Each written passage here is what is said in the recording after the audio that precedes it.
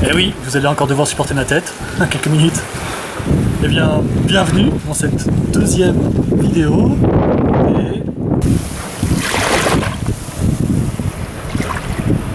ceci n'est pas un clip de recrutement pour la Légion étrangère, malgré...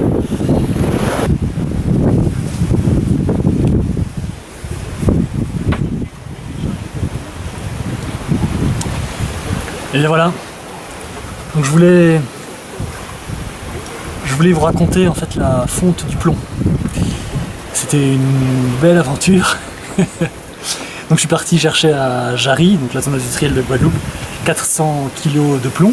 Donc on a dû trier le plomb, le sortir des sacs, faire un nouveau big bag de plomb, enfin voilà, 400 kg de plomb, j'avais pris 421 kg de plomb. Exactement, pour être précis. Et donc j'ai chargé ça sur une palette avec l'aide de l'usine de recyclage. Et ils ont transporté ça jusqu'au quai en fait, de Jarry, et la péniche a amené le plomb aux Saintes.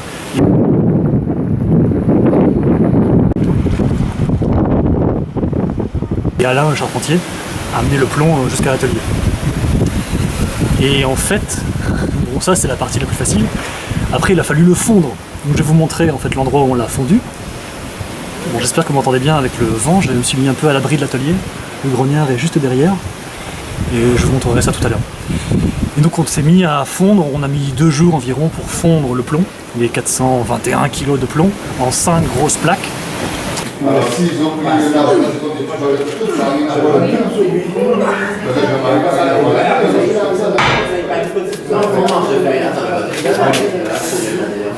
on n'utilisera que 4 plaques avec Alain. En fait on aura 380 kg de lest en fait, sous le bateau. Enfin c'était vraiment une aventure parce que j'ai déjà fondu du plomb, des petites billes de plomb, mais là à 421 kg c'était vraiment énorme. Donc heureusement il y avait Charlie, l'aide charpentier d'Alain. Et bah voilà, on a utilisé différentes techniques. Au début, en fait je vais montrer, j'ai gardé des photos. Au début on prenait morceau par morceau, enfin je prenais morceau par morceau. Avec l'habitude des petites billes de plomb en fait. Et après ça s'est révélé être... bonjour. Ça s'est révélé être plus facile en fait de prendre, de charger en fait le moule de plomb, de charger de plomb, allumer le feu et laisser fondre et non pas faire des manipulations.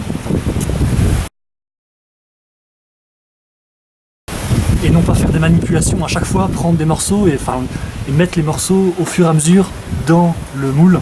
C'était vraiment dangereux. Bon, il arrivait quelques petits déboires.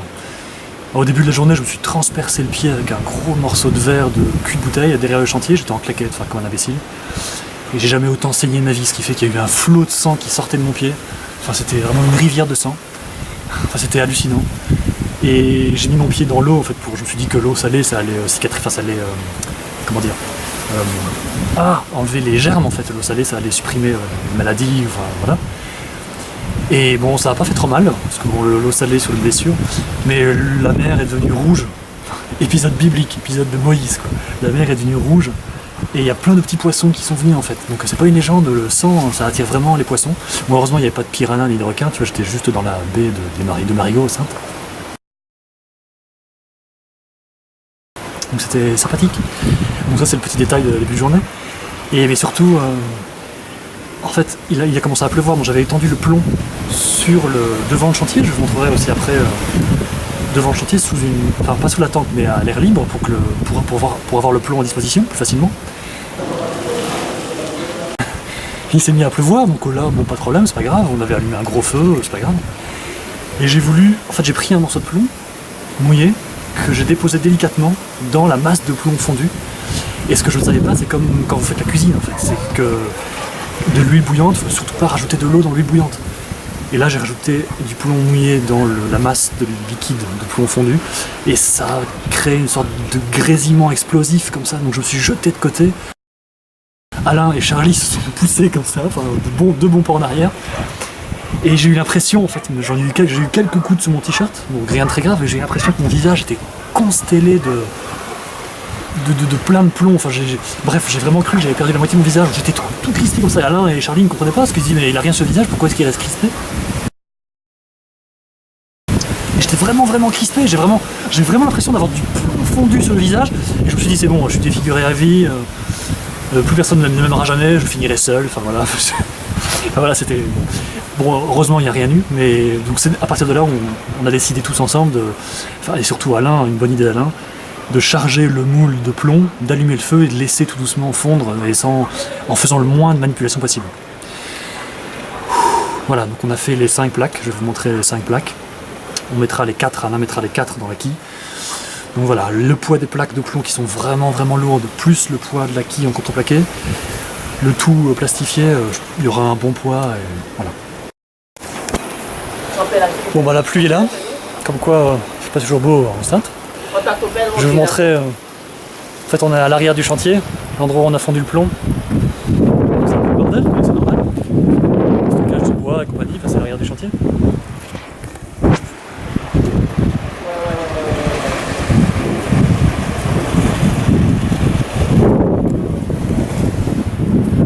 Et ça donne sur l'arrière, en fait, sur la baie de Marigot, là où on mouillera le grognard. Avec Alain, on va installer un corps mort, un gros bloc de béton, en fait, histoire de mouiller là le bateau près de l'atelier et avant de nouvelles aventures plus lointaines. Il y a souvent des petits voiliers qui viennent mouiller ici dans la baie de Marigot. Bon là il y en a un. Il y a quelques épaves aussi parce que c'est une baie sous le vent en fait, donc le vent pousse les bateaux, il faut bien qu'ils soient bien attachés et faire attention à ce qu'on fait.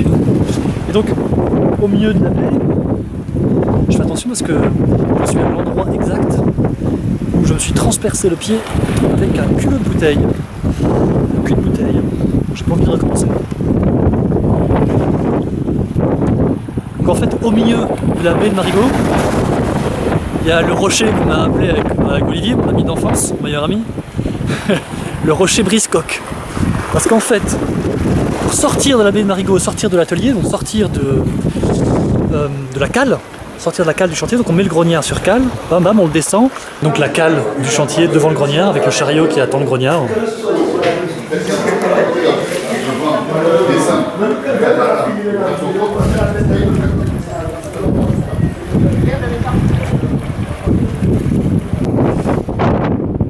On le tire sûrement avec un bateau à moteur, et il a une sorte de courbe à faire dans la baie de Marigot pour éviter, enfin surtout, parce qu'il n'y a pas beaucoup de tirant d'eau en fait, au milieu de la baie, on a 1m20, 1m50, ça arrive au niveau du nombril, enfin même pas, un peu plus haut, vaguement, sur toute une partie du trajet. Donc il faut faire une courbe dans la baie de Marigot, passer derrière le rocher Briscoque, qui j'espère ne portera pas bien son nom.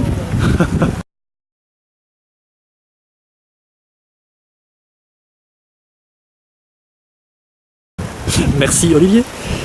Et après, aller jusqu'au mouillage qu'on aura installé, jusqu'au corps mort qu'on aura installé. Donc, je vais vous montrer un peu, je vais vous montrer la baie de Marigot.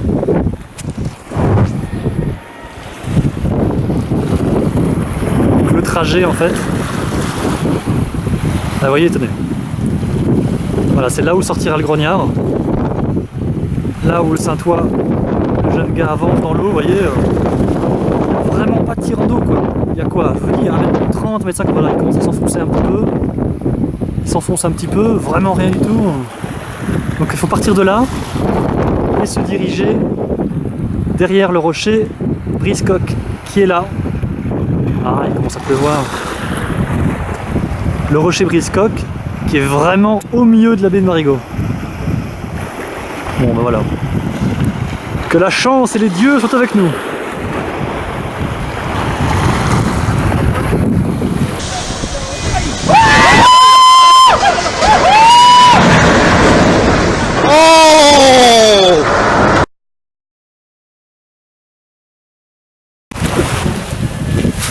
Bon, il va être temps d'aller prendre les cotes en fait, du mât et de la baume avec Alain pour pouvoir commander.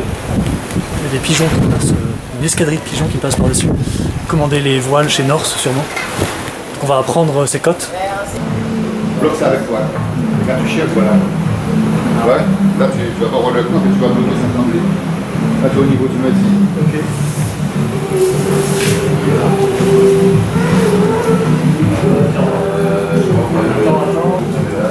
C'est un niveau.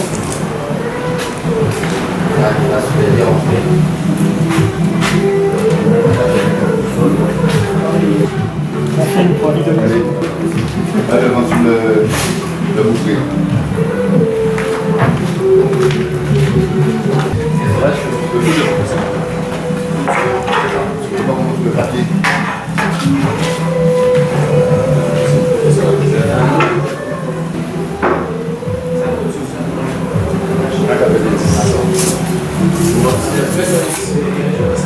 C'est bon?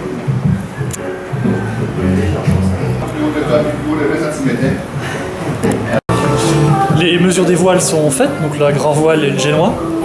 Bon, il n'y aura pas 3 km, 3 km de voile comme sur le Royal Clipper. Mais il y aura quand même, comme dit Alain, une bonne voile d'avant, surtout une bonne grand voile. La baume dépasse un peu le tableau arrière. Donc Alain va commencer à tracer les purs. Le vaisseau risque de filer. Grand train. Génial.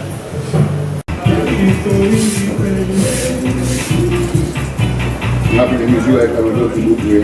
Oui,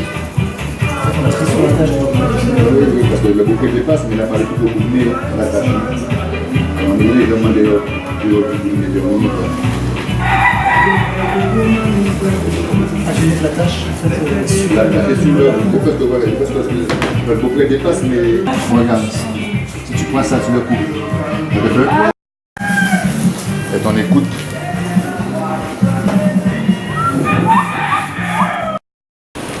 Alain a commencé à réfléchir en fait, à la manière de mettre le grognard à l'eau, ce qui n'est pas évident. Au début, on pensait en fait rameuter plein de monde, rameuter les Saintes, Terre de Haut, genre une 50aine de personnes, et en fait 25-30 personnes de chaque côté, disons, ou une soixantaine, centaine de personnes, pour tout doucement mettre le porter, imaginons le faire coulisser sur des rondins, et le faire partir à l'eau tout doucement dans la cale du chantier.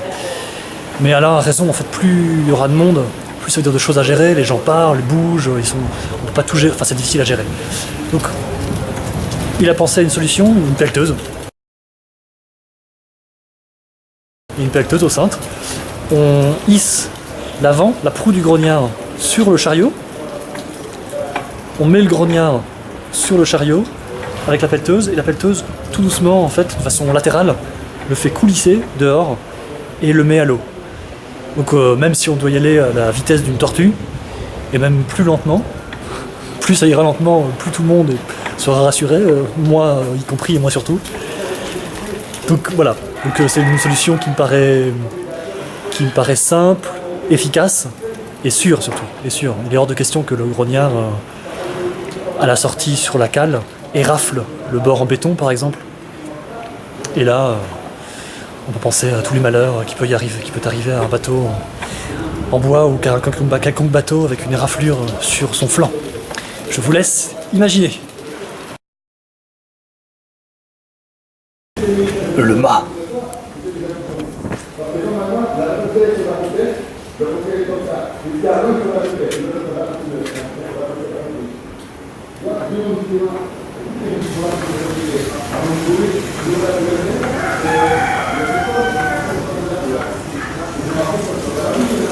Donc le mât, c'est un tronc de corosolier.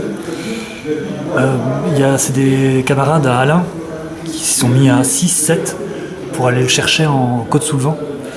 Donc du côté de Malandure, Bouillante, du côté d'Aie plus précisément, donc du côté Caraïbes, de la Guadeloupe, dans la forêt. Donc ils ont repéré un arbre, en bord plus ou moins à une centaine de mètres de la route. Un grand arbre, d'une bonne dizaine de mètres. Et donc ils ont demandé l'autorisation du propriétaire, ils l'ont coupé proprement. Et après, le plus dur a été de le faire coulisser, de le faire glisser jusqu'à la route, en contrebas, la route en bord de mer.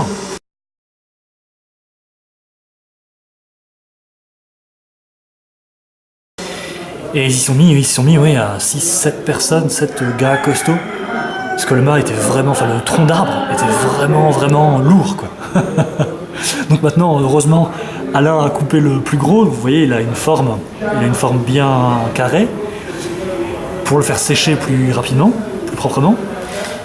Et voilà. Donc après, Alain va vraiment le faire adopter sa forme finale. Le couvrir d'époxy. Ne pas le plastifier, mais juste de l'époxy et du vernis après pour protéger l'époxy.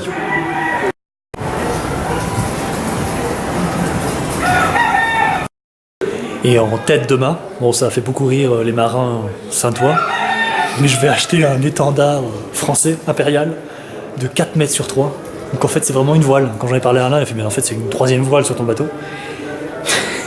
pour le mettre, je pense sur pas l'été, mais sur au niveau de la baume ou au sommet du mât en fait. Donc je vois bien, pas comme l'Hermione, hein, parce qu'il y a une différence de taille peut-être, une différence de catégorie de voilier, mais je vois bien un bel étendard qui flotte au vent dans le canal des Saintes, entre la Guadeloupe et les Saintes. Un mélange de marine royale 17e, 18e siècle, mais quand même une marine officielle qui flirte un peu avec le corsaire, quand même, tu vois, c'est... Voilà, peut-être parfois un peu plus du côté corsaire que du côté marine officielle, mais oui, ça me tente bien, ça me tente bien.